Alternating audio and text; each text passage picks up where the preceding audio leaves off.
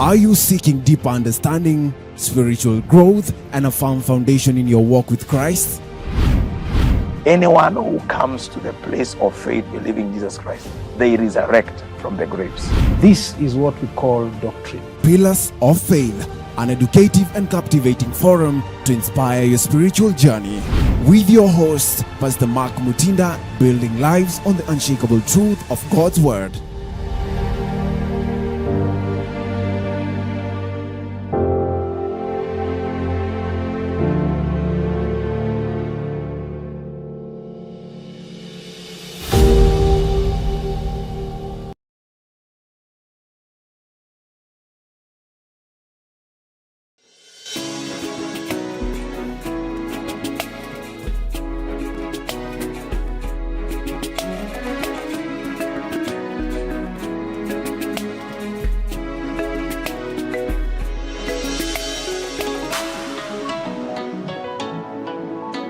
Elevate TV, advancing kingdom lifestyle.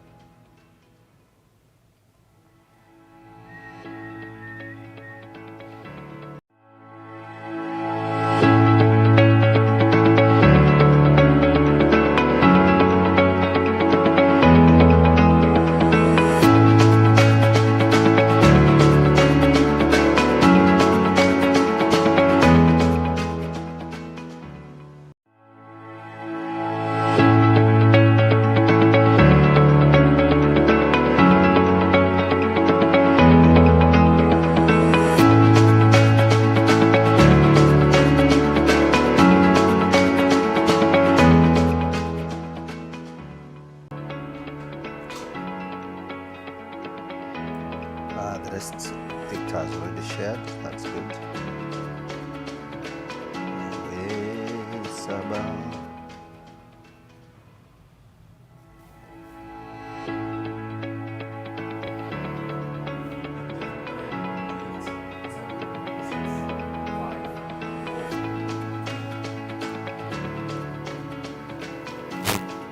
Good morning, ladies and gentlemen, our viewers. Welcome to the Monday Morning Digest. I'm your host, Godfrey, Gichuki, and I'm pleased to have you join us this morning. It's the beginning of the new week. Today is the 17th of February, 2025. And as you can tell, the year is rolling very, very fast indeed. Karibu sana.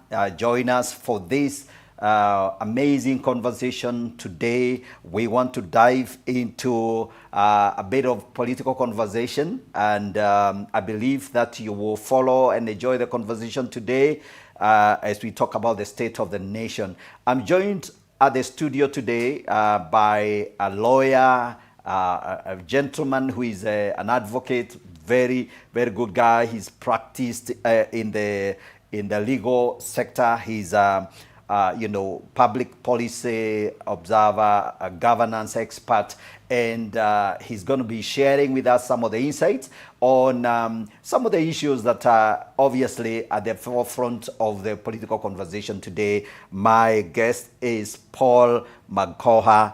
Welcome to the show, sir. Look at this camera. Welcome our viewers to the show, and at the same time, introduce yourself a little bit more. So look at this camera. Okay, thank you very much, Pastor, and viewers, and the entire fraternity of Elevate TV. Actually, this is my first time to be in this channel, but I've heard about you people doing quite an amazing job. Right. Yeah, I'm always delighted when I find myself in a Christian faith-based media fraternity and forums. Yeah. Yeah, because I connect more. I am first a Christian. Right. Done quite a number of things. When growing up, done quite a lot of things in the ministry. Yeah. If I became a lawyer, so lawyer actually is my second. But above all, yes, also handling quite a number of things around just as a public interest observer. as a Kenyan and also as a vigilant citizen. Yes. That analyzes, and of course as a professional, also quite interested in just knowing what is going around us and playing our role as professionals. Because you see, we are trained and raised by the community, for the community to serve the community. That's true. I strongly believe that as a professional and as a lawyer, it's not for me, it's to serve the public in the community. And really, biblically even, I think that's the core mandate. Yeah, we are born and raised to serve. Yes. So I'm grateful to God for the opportunity to serve in the legal fraternity and things to do with also governance matters. I'm so passionate about governance. Because, Pastor, you know what? Governance revolves around everything. Yes. And I'm sure even at Elevate TV, as you move even right at the basic unit of our society, family, the issues of governance are very crucial. And now, when we rise even now to the national platform and level as a country, I know we are facing quite a lot of challenges here and there, but all boils down to the point of for governance. So I'm happy to be here this morning. Welcome, sir. Welcome, sir. Welcome, sir. It's amazing, and I really believe that today we're going to speak on a couple of matters that of public interest. Matters that obviously are touching on some of the governance affairs in our nation. And I believe as we go through one by one, we'll also be looking at some of the reactions. Those of you that are joining us here, please share the links. Let your friends join us on this particular show as we talk about matters governance and the state of the nation in general. And so we have quite a number of issues that are really at the forefront of all the Kenyans. We'll start right away with the discussion about Africa Union chairmanship. The elections were done on Saturday, and we got the results. And this is in the lips of everyone that our candidate, or rather I'm saying our candidate in the sense that Right Honorable Prime Minister Raila Odinga was one of the candidates among the three candidates that were presenting themselves or contesting for the leadership of the African Union. That is the chair. And the chair, by the way, is actually the executive of the CEO of the African Union. Is a commission, and it has a board. There is a chairman of the board, but then there is the day-to-day executive representative, the one who signs all the documents, the one who is actually with the executive authority to commit the union. And so that was the position that was available. And as we all know, those that have been following that conversation, that position went to the I think Foreign Minister of Djibouti, Yusuf Mahamoud. That's the guy who actually was elected, and he is now the de facto AU chair. And of course, the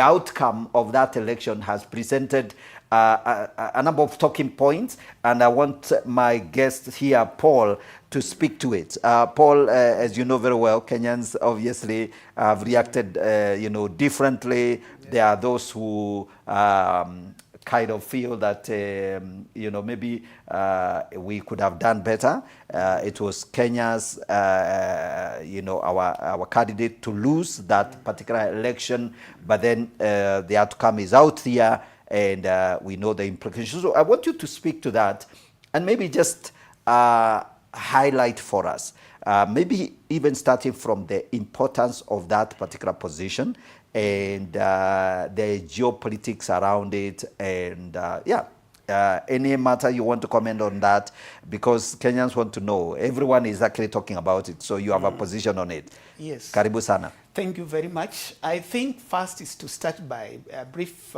maybe enlightenment to Kenyans. We can't assume that all of them know African Union. You see, sometimes Kenya and Kenyans, we are very interesting. Sometimes when things come up, people are fighting it. Sometimes we don't go to the basics and explaining to people. Yeah. Yeah, maybe briefly just as a form of civic enlightenment. Yeah. Yeah, African Union, it's a very, very important body that really encompasses and brings together all the African countries. And when you look at the mandate of that body, of course, is to ensure that there is a common approach towards socio-economic emancipation or empowerment of the African continent. Okay. And forming a union, it's a very, very important thing. And when you see countries or regions like, for example, European Union, they are actually very strong. You look, United States, you know, people always forget and think that it is one country like Kenya. United States is actually a union of many other states that have come together. In fact, America, for example, it is even much bigger than Africa by far, just as a union or as a unity of states. Yes. And I have always personally had aspiration and hope that even as we reach somewhere where we form USA, of course, United States of Africa. I don't know now to avoid maybe the conflict and the clash of the name. Maybe I don't know which name we may use, or we add something there. Yeah. But it is very, very important because currently we live in a very competitive space of the world. We normally say, though, yeah, the world is a village community. Right. But at the current moment, unless, for example, Africa takes a common approach on some of these matters, you know, even issues of socio-economic, even political, you find that in our own spaces, for example, specific countries like Kenya, we are weak, you know, when we give it like approach in isolation. And that is why now one of the things that are actually bedeviling the African continent, for example, right now, you want to go to Uganda, you want to go to even Egypt, you want to go to Nigeria. There is a lot of these visa requirement and protocols that you have to go through. Yet that should not be the case. If we keep on talking about opening a free Africa market trade, that is not possible where there exists a lot of barriers. Okay. And these are some of the challenges that this body actually we always look upon. And it is meant actually to overcome those barriers. Okay. So in short, these are very, very important body. Whoever is there must serve Africa and must serve the people of Africa. And above all, must bear the duty of networking Africa and interlinking African continent to the rest of the world. There are so many things that are happening like right now. The issue of climate change, it's very, very critical, you know. And when you speak, for example, issues of climate change, it cannot just affect maybe a country in isolation or Africa as a continent. It requires a global approach. Okay. And for Africa, for example, it is very important on such a matters of importance on nature. We speak as one voice, and we can articulate our position well and guard the interest of Africa for Africans if we give it a common approach. Right. Yes. Yeah. I think you're right. The idea of a common approach, you know, working as a bloc, you know, lobbying, you know, at the very international level, at the League of Nations, at the United Nations. So I think there is a lot of value in Africa working together. All right, so let's talk about the Africa governance, you know, so the details of it. Maybe you need to enlighten our viewers on what the Saturday election was about and how Africa, the union itself, is governed at the moment and what the implications are. Yes, of course, Saturday event was a very important occasion because that's an election that comes after just 8 years. When one person, like the leadership which was elected on Saturday, is supposed to serve for the next 8 years.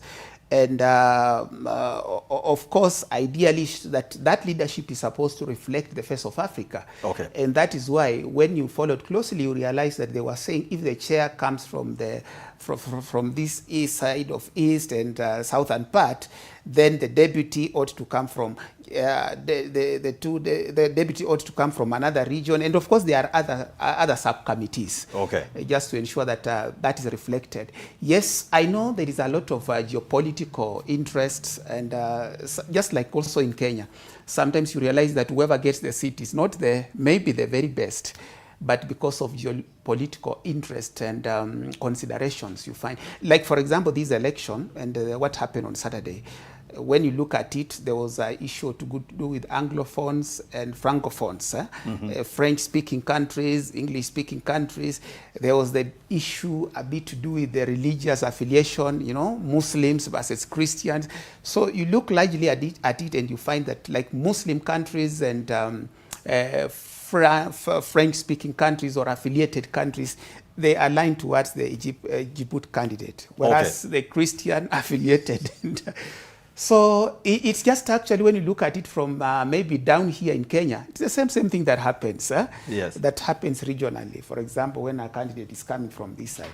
But all that said and done, my desire as a governance person, I will desire that the people we congratulate them, and I'm so happy that even countries like Kenya, the president, or on behalf of the Kenya, he congratulated the winner. It's a good thing. And let the rest of the countries now join hands to build a stronger African Union for the best interest of all of us. Because a stronger African Union, we are competing with giants like the European Union, like some of the economic powerhouses around the world. So unless we are strong together, we cannot succeed. The only downside, you realize that in Africa there is a lot of things that are happening, a lot of civil unrests, like what is happening currently in Congo. And it's unfortunate. In some of those countries, almost 6 countries were unable to participate in this election because according to the constitution of the African Union, then if the country has those political unrests, civil unrests, some of them have leadership who have come in place through coup d'etat, they cannot participate. Yes. And I think that's important for people to know that for a country to be eligible to vote in the union, that they needed to be in good standing. Yes. And so those countries that are being ruled by military juntas are not allowed. Kenyans, let's just say this, the Kenyans have been very, very excited about, I think, one of the military leaders who they believe that is a very pragmatic gentleman, and that is such a good example, and it's a really illustrious leader, and look at how badly we are doing ourselves. So maybe one of the things I would like you to comment on is there was a sense in which the South Africa regional bloc, although they had a candidate in the Madagascan former, I think, prime minister or is it foreign minister, who was actually a candidate. Apparently, when that foreign minister withdrew, the bloc actually did support the Djibouti candidate, which then obviously turned up that was a disadvantage for our candidate. Yes. Is there any reason for Kenya to feel that there is some kind of a few things that need to be settled diplomatically between maybe the COMESA region and the SADC region? Yes, just to pick from there, what happened on Saturday, yes, I saw that letter which was in circulation. And of course, the SADC region, it was anticipated, if they could have voted as a bloc, there were a total of 16 countries. Right. And when you look at the voting pattern, their candidate whom they were supporting got 10, even in the first round. Right. Now, I will assume that if not all of them honored that directive, okay. apparently some countries appeared to have drifted from that directive. Now it points to the fact, or to the, maybe we can assume that then even them, they are not speaking the same language. Okay. They have been directed that let's vote for this particular person, but there are those ones who thought otherwise. But Kenya, of course, there is the issue of foreign policy approach as a country. I think Kenya for a long time, we have not been so much harmonious with our neighbors. When you move around outside outside the borders, our neighbors, there is a sense in which they see us, they perceive us, like Tanzanians, for example. Unfortunately, you will find even people, fearing Kenyans, saying that Kenyans are dishonest, Kenyans are like this. There is a bit of apprehension when dealing with Kenya. So I think moving forward, my view will be we need to work more on issues of foreign policy. We need to work more on our relationship with our neighbors, just to ensure that at least, yes, when such a thing comes, our neighbors can find it fit and necessary to stand with us, right, and vote for us.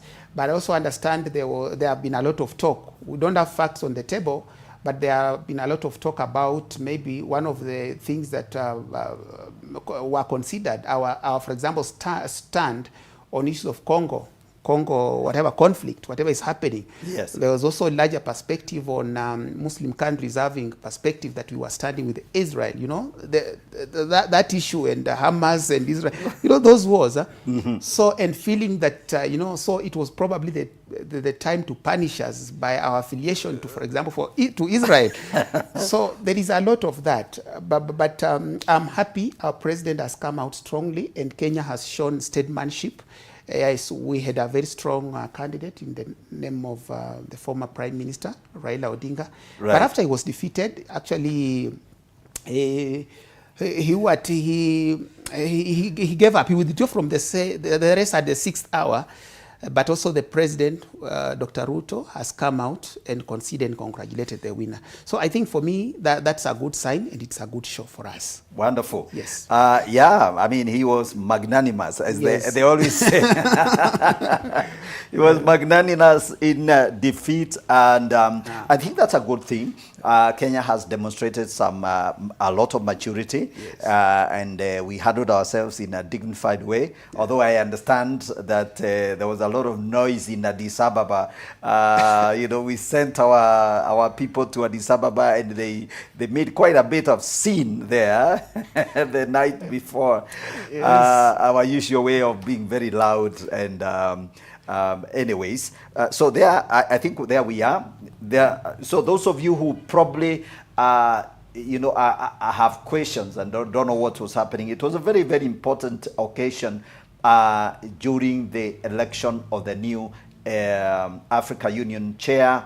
That is the executive leader of the African Union, and things turned out the way they did, and obviously that has local implications. Paul, yes, this, that Saturday is done, all right? So most people now, the question in most people's mind is, then what is the implication of that loss in terms of our local politics, all right? And now this question obviously could go either way. People could feel, so maybe perhaps let's just come back and put our house in order. Let's streamline, let's do our alignment and make sure everybody is in the right place. I would like to hear your take on that, and what are the implications in the local politics given the outcome on Saturday? Yes, unfortunately or fortunately, whatever has happened in the results of the AUC elections definitely has ramifications here locally. Yes. And after what happened on Saturday, you realize there were two sets of Kenyans. There were those ones grouped celebrating. There were those ones mourning. Yeah, so, and I think it was obvious on cross-channel media, and some of the sentiments when you followed, even prior to the election, there were Kenyans who were feeling that that probably, in fact, majority of Kenyans, when you follow them, they were feeling that the government has really, under the President Ruto, put in a lot of effort in campaign machinery and resources in campaigning for this seat. Actually, they did much. They left no stone unturned. But there were also Kenyans also having a feel that as a country, we have more pressing needs and priorities which are not being met. Kenyans are feeling that they are in a bit of economic meltdown. People are struggling. The economic, economy is a bit harsh on them. And so they were like, if anything, they need very powerful forces like Honorable Raila Odinga, who is actually the de facto, not even the de facto in law, we will say de jure. De jure means by law. Is actually the leader of the opposition. Yes. Yes, in Kenya. But now he has now gone to form a partnership with the ruling regime and the government of the day. So Kenyans have also that feeling, the sense that we have been abandoned. We have no one to speak for us. Because Raila, when you look at him, previously he has really done quite a lot in putting governments in check. So there has been a bit of vacuum here. There has been a lot of voices. So when you look at that, many Kenyans are saying now, Baba, come back home. Baba, come back home. We love you. We need you more here. And come and do your job. Come do your job. Right. We love you when you do your job. In fact, Kenyans, interestingly, they are saying that if Baba, you are active doing your job, our life will be better. Interesting. So, but anyway, I saw the first person who has come really out, Deputy President, has sent a message that some of their leaders keep on saying, no, we are not in government, we are still in opposition. But that is just for semantics. Yes. But the truth of the matter, they are working with government.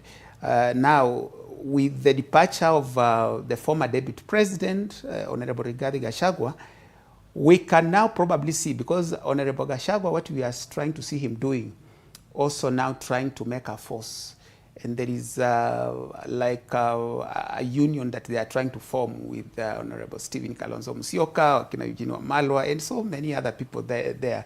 And now when Raila comes, probably the urge and the desire of their supporters are that they stick together.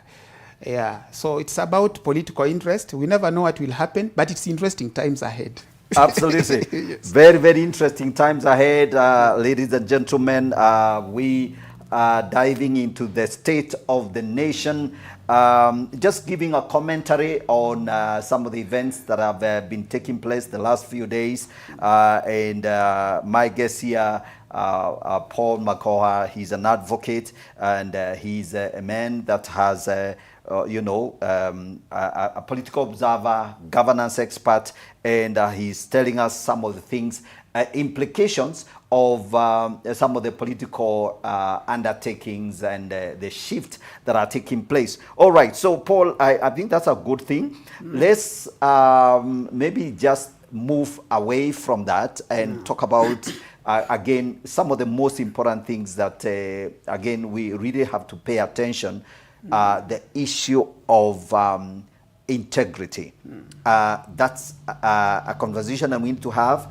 And I will start by raising an observation, touching on an observation that was made by the chair, the chair of the Ethics and Corruption.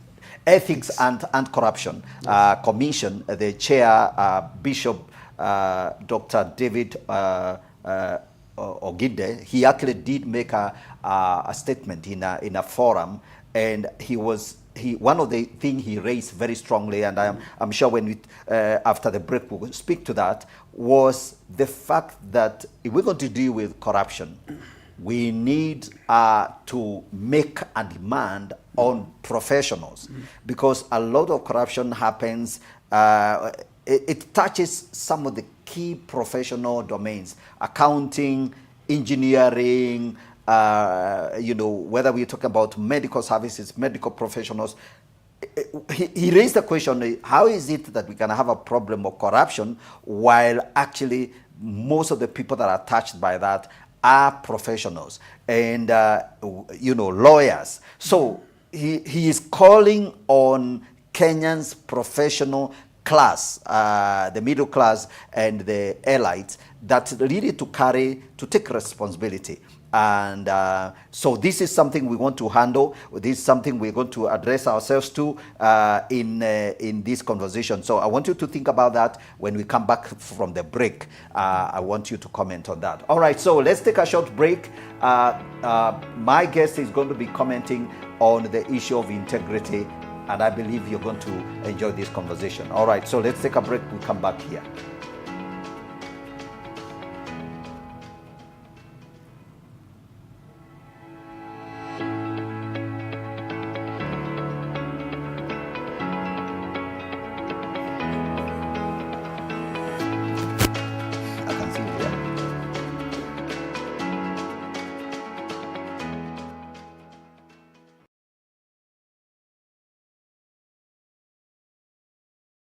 Elevate your brand with Elevate TV, a premier media station in the country.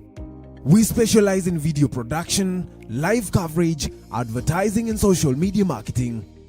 We do quality production for YouTube videos, podcasts and live events. Transform your vision into reality with creativity and precision. Call us today and elevate your story on 0705 872 237.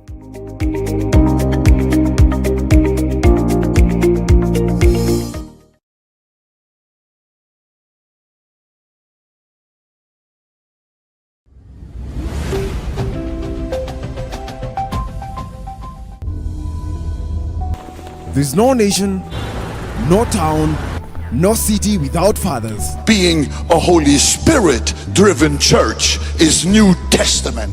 The quality of the message, it was based in Acts chapter 2. And I took my Bible and I went from street to street. Is anybody dead here? We never met those miracles a reason to appeal for money or to be known. No. Tracing the Mantles is a program whose core is to identify mantle carriers from our fathers. That Catholic woman stood and he was sliding everywhere. He said, oh yes, now this is the black Catholic woman. But these are not only mantles, but spiritual authorities that have paid the cost, stood the test of time. You are given 6 hours to leave the country. And made lots of sacrifices for the gospel of Jesus Christ. Many of us invested in the school, college, university ministry. But these are not only mantles, but spiritual authorities. One of the things that bring revival in this country is the power of the Holy Spirit, the presence of the Holy Spirit. Catch Tracing the Mantles every Sunday from 8:30, hosted by Pastor Zunda Juma, only on Elevate TV.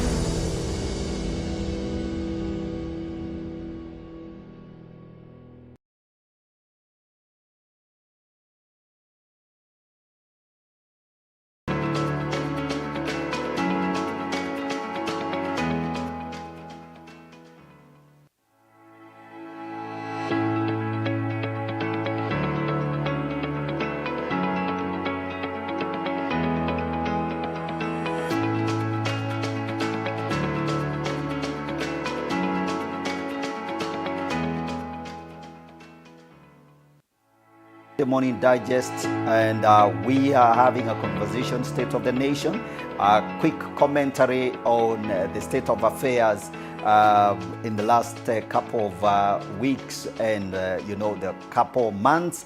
And we've just been giving a commentary. Before we went to the break, I raised the issue of ethics and anti-corruption and some of the challenges that have been thrown to the professional bodies to carry their weight and call to order the professionals so that we can lift up the standard of ethics in this country. And my guest here, Paul Makokha, is an advocate. He's the advocate. He runs a firm, Paul Musungu and Co. Advocates, and he's been in the legal practice for a long time. So these are issues that touch very, very much on our professional bodies, various professional bodies.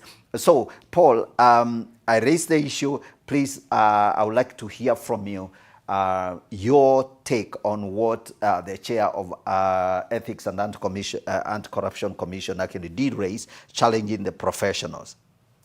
Yes, I listened to the chairman. Bishop Oginde speak about it, and I'm sure where he sits, and by extension, the organization that he chairs, it's an organization that is constitutionally mandated, given authority to ensure that it clamps down on the issues of corruption. And corruption is a cancer, we must admit. I always think governments have failed to declare it as a national disaster. For me, where I see it, it is. Because when you find, and the reports have been compiled and severally shared by different organizations, and it is estimated that corruption consumes or puts, there is an abuse of a third of the resources and revenue that we raise as a country. And that is a huge, very huge sum of money. And with all those resources going into waste as a country, then when we are struggling with even the very, very basic of the needs, that's a huge sum of money that, if put, for example, well managed, can take care of issues of health, ensure that no one in Kenya, for example, here dies of some of these common diseases and challenges which can be handled adequately, but you find people are struggling because the resources are strained. The government cannot even afford to do now. Even issues of education, our children and our young people are really struggling. And you see, when you find things even to do with education, people cannot receive quality. And as a lawyer, and I'm in that space, and I know what is happening right now in the market. What is happening here? People who have abilities, most of them are taking their children outside Kenya, just for the reason being that there is a lot of uncertainties to do with their education model right now. You educate, and it's a big problem.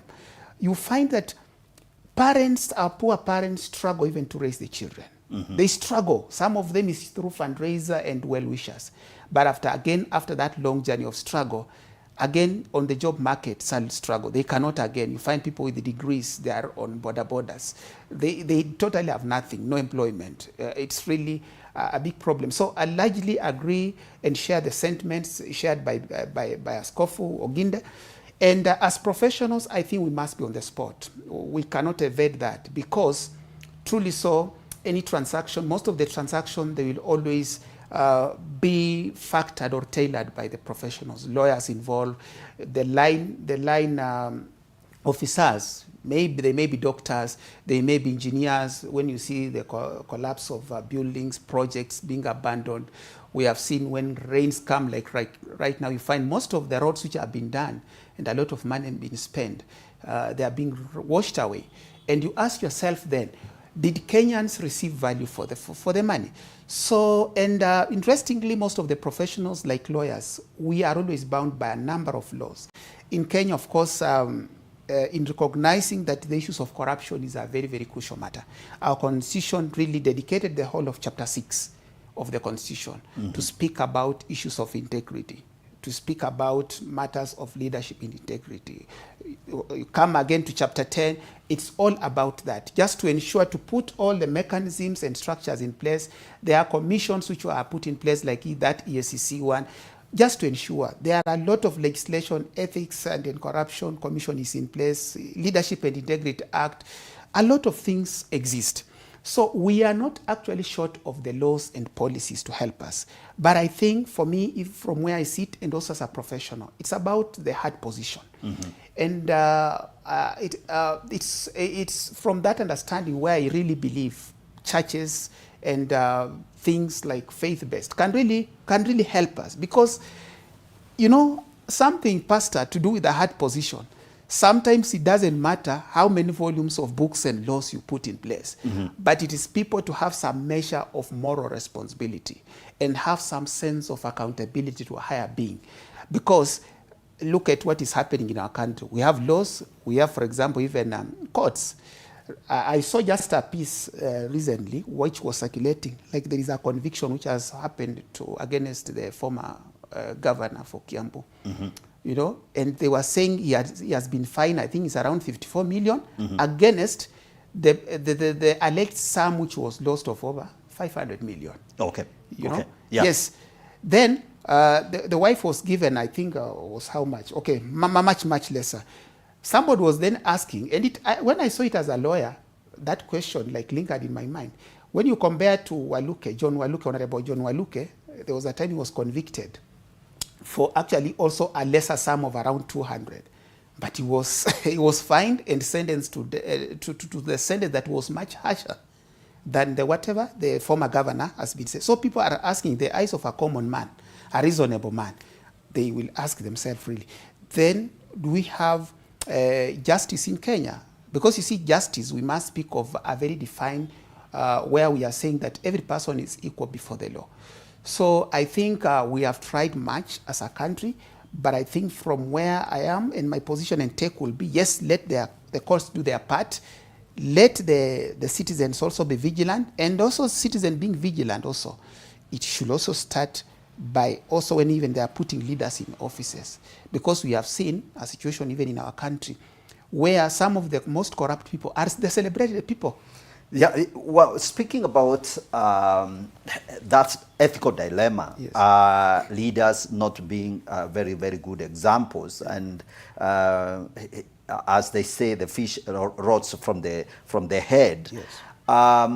What, Paul, do you think needs to be done? What sort of is it a cultural shift? Is it a spiritual shift? Is it ethic? I mean, is it a professional shift?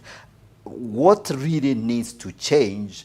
Or is it just Kenyans need to just wake up? We scream at the top of our voices and tell Kenya, hey, stop it. What do you think can be done? And maybe even if you look at some of the people listening, maybe individual action. What can an individual do in their own little space to push back against this menace of corruption? In answering that, I want to reflect back on what happened in last year, in June 2024, when the JNC uprising occurred. And for me, from how I looked at it, it was a very good opportunity that probably we missed out. I think that direction was a very good direction. Another generation arose, which it doesn't matter who you are. What they were demanding for, one, was issues of integrity, accountability, and, yes, integrity, accountability, and liability, and taking just responsibility, both leadership at both political and leadership level. Because our culture of impunity, culture of corruption is so entrenched. It is so deep. And I think even the former president, Uhuru Kenyatta, I think he admitted to the same, and he said, Kenya, we are losing huge sums of money on a daily basis. So even those in high-end office, sometimes, from what I see, sometimes it can be there, sometimes even how the culture has been entrenched, even if you get maybe leaders who may do in their own small way what it takes, they may not make it much. But if we were also to get probably a political shift, maybe we get a very radical. But also, I'm using the word radical with a bit of strain, because again, radical, you can get a dictator. Yes. Who can be radical in a negative way? Yes. But a person who means well and can shift and set the tone from the top. Okay. Because largely, you look at it, what happens. You look even at most of maybe our top part of the top leadership. There are issues of maybe pending cases. As a law, of course, I have no reason to convict or to condemn, because unless one has been convicted. But you see, to our common people, normally say, look at this scandal against this person, but it's the one in the office. Another person was saying that, recently when I saw the DPP being impeached over some allegations and all other things, recently I saw when the Speaker of the National Assembly a ploy or an allegation to impeach him. Somebody asked, in 2013, the kind of people even we elected, there were people facing one of the most serious crimes, Okay, that poses a lot of moral and integrity challenge. But we went ahead and put them into the office they served and blah, blah, blah. So I think we need a moral shift, and your question, moral and probably a leadership shift and a radical change of this nation. Back to you, part of your segment of your question, you asked, what can an individual like me do? And that is why, for me, and I practice in that marketplace. As a lawyer, it starts again with the individual. Right. And my own view is that have what you can, just eat what you deserve. Yes. Get what you deserve. Sometimes Yes. it's always little, but it pays on the long term. Right. Rather than having a huge, which will make you to have no peace, to see no peace. But now this is a gospel. I think I'm now becoming a pastor. That's why I'm saying, and my suggestion would be, if really our faith-based organization, our church can really work on our people, so that again, we have, because of that higher calling and higher respect and honor to our being, our higher being, that, you know what, you are not only accountable to the law and to the humans you see on the face, but we are also accountable to the supreme being. Absolutely. Yes. Absolutely. Paul, I agree with you that, yes, I think beyond just working within the law, abiding by our constitution and being faithful to the law, that we need to rise above that. Yes. and exercise individual moral compass, so that we are accountable not just to men but to God. So very, very huge challenge indeed. As we talk about the state of the nation, we face a lot of challenges as a nation, yet the Lord has a plan for us. And my guest here, Paul Makokha, who is an advocate of the High Court of Kenya, someone who is in the actual legal practice on a day-to-day, he's saying here that, yes, just eat what you deserve. Don't defraud your clients. Lawyers sometimes have been, and it's only fair that we talk about ourselves, yes. Because we can push the matter to other people so much. Like, for example, if you have a case before you, you are trying to get justice for a client, maybe some money has to pass through, you as the lawyer on behalf of the clients, you're seeking some payment, some compensation. What happens? How is it that sometimes you hear someone crying that a certain lawyer was not truthful, they did not transfer the monies? I'm sure that is something you can speak to, yes. Because there is the sense we start from where we are, where our area of influence, before we can actually say that we can influence the rest of the republic. Okay, as a lawyer, and that is why I've really emphasized that it must go beyond the law and your responsibility. Yes. When a client comes to you as a lawyer, as a medical doctor, let me use that, as an engineer, those people are vulnerable. Yes. Vulnerable in the sense that they are in your hands. Yes. If somebody has a case, by the time they are coming to a lawyer, they have probably tried their way out and they are unable. Some of them you find maybe it's an accident, maybe some of them even an accident as bad as fatal ones. But they come now and put themselves to you. We are in your hands, guide and lead us. And by the way, most of them will always are there and just follow your direction. And rightly so, because that is now your area, that's why you are trained. But it becomes so unfortunate, and I find it sometimes shocking. You find that there are clients probably who have paid money, then lawyers have swindled the money, Yeah. It's about moral. Okay, I will not brag, but as a Christian as myself, the way I'm raised up and trained and, my faith will not allow me to do such a thing. Because I always believe, beside the law or beyond the law repercussions, as a lawyer, I can use all the loopholes of the law to evade the responsibility. Yes. But for me, the fear in me will be, I don't want to subject myself to God's wrath and condemnation. Are you getting? Yes. For me, that gives me more more fear than the law. Yes. And that is why my opinion still stands. And I'm speaking because I've practiced. When I wake up, I come. There is a client money. I fear not that I don't have access. Sometimes I have access. I can eat the money and my client may not even know. I can manipulate the client. I can inflate my invoices. You have seen, for example, here even as the county of Nairobi, yeah, there is a lot of cases which are ongoing that lawyers, a lot of billions of money going for lawyers. Some of them cannot be justified. But when you have some moral check, you are able to think beyond that and say, wow, if I have amount of fear, level of fear, that what, if I do this, what am I inviting to my life and to my generation? So, Pastor, my view is that issue of integrity must start from a personal level and at the heart position. It's very important. Absolutely, Paul. I can't agree more that, yes, I think it starts at the heart. It's really a very personal, moral issue. It is your own personal integrity on the line when you actually maybe take advantage because of your professional skills, advantage of someone who is vulnerable. Now, there's still one more thing I want us to comment on, and I know we may not go into all the finer details, but it's something that we need to address ourselves. The general performance of the government, the current regime.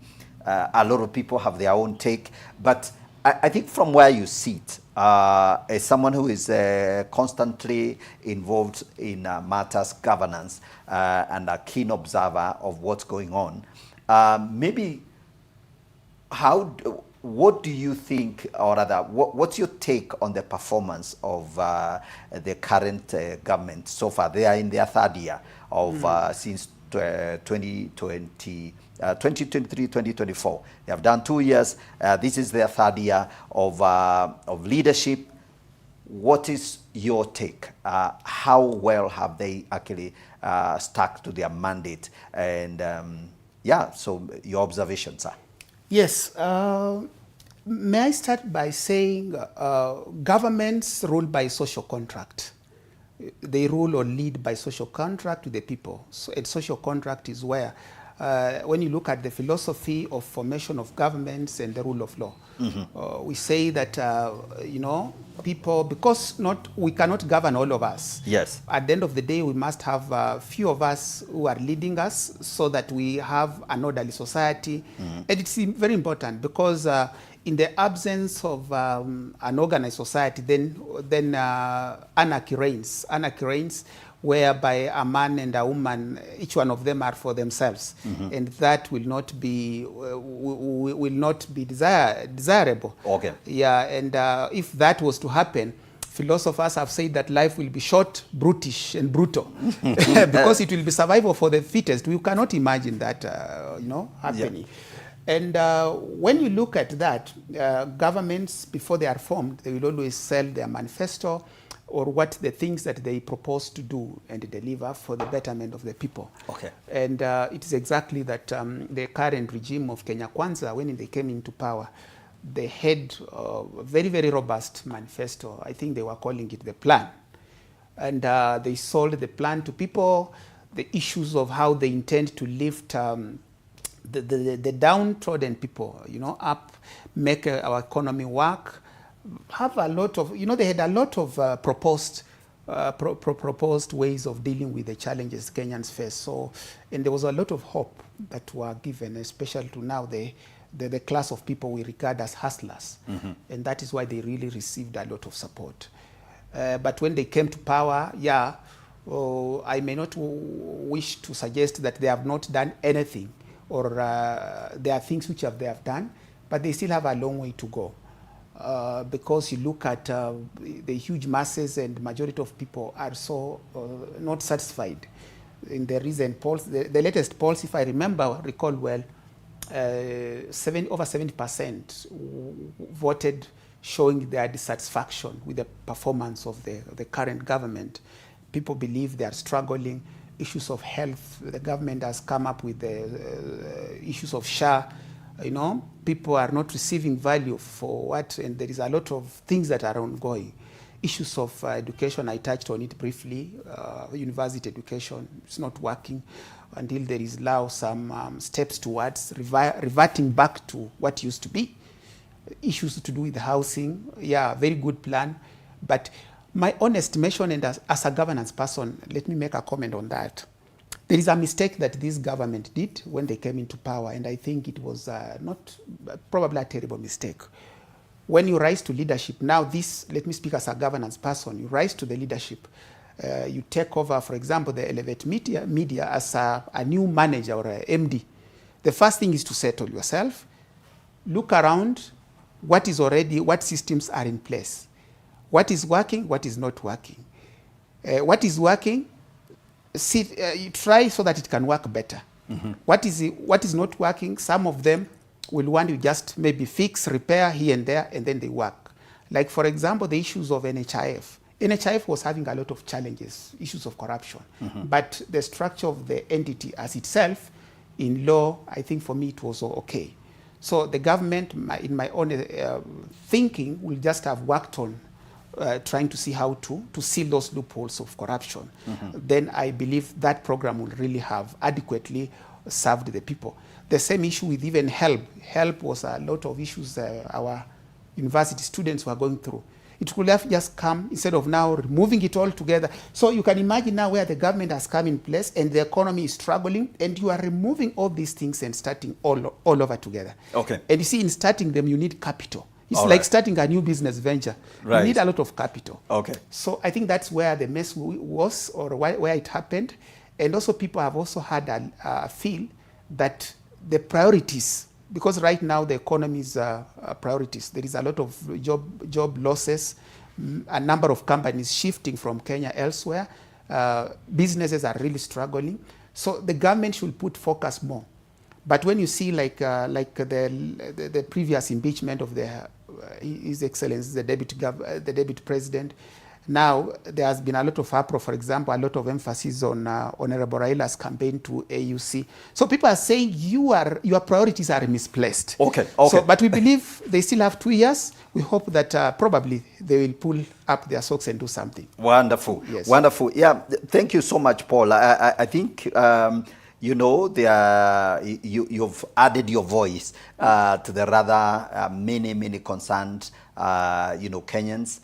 Some very dissatisfied with the performance of, the current leadership. And yeah, so there is, of course, a lot of hope. We hope that they still have time to put their act together and be able to recover ground. Yes. And take us to the next level. I think Kenyans are very ambitious.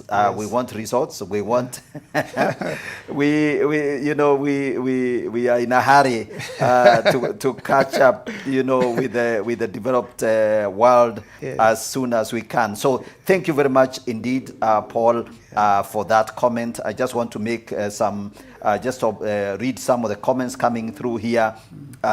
Wilbur Media is saying, powerful conversation following Karen. God has a remnant in every sector. Wow, this is encouraging. It is actually encouraging that God has remnant. You stand in the fort. So I think we need to tell our friends, if you're looking for a lawyer who will not eat your money, Bwana Paul here is available, and he can help you out and bring back, set you free. Lack of continuity in leadership can be a major drawback. Agree with that learned friend. I think there is, yes, that concern that obviously every time there is a change of government, obviously means that some of the good things are lost from the previous government, while the new one tries to, make an impact.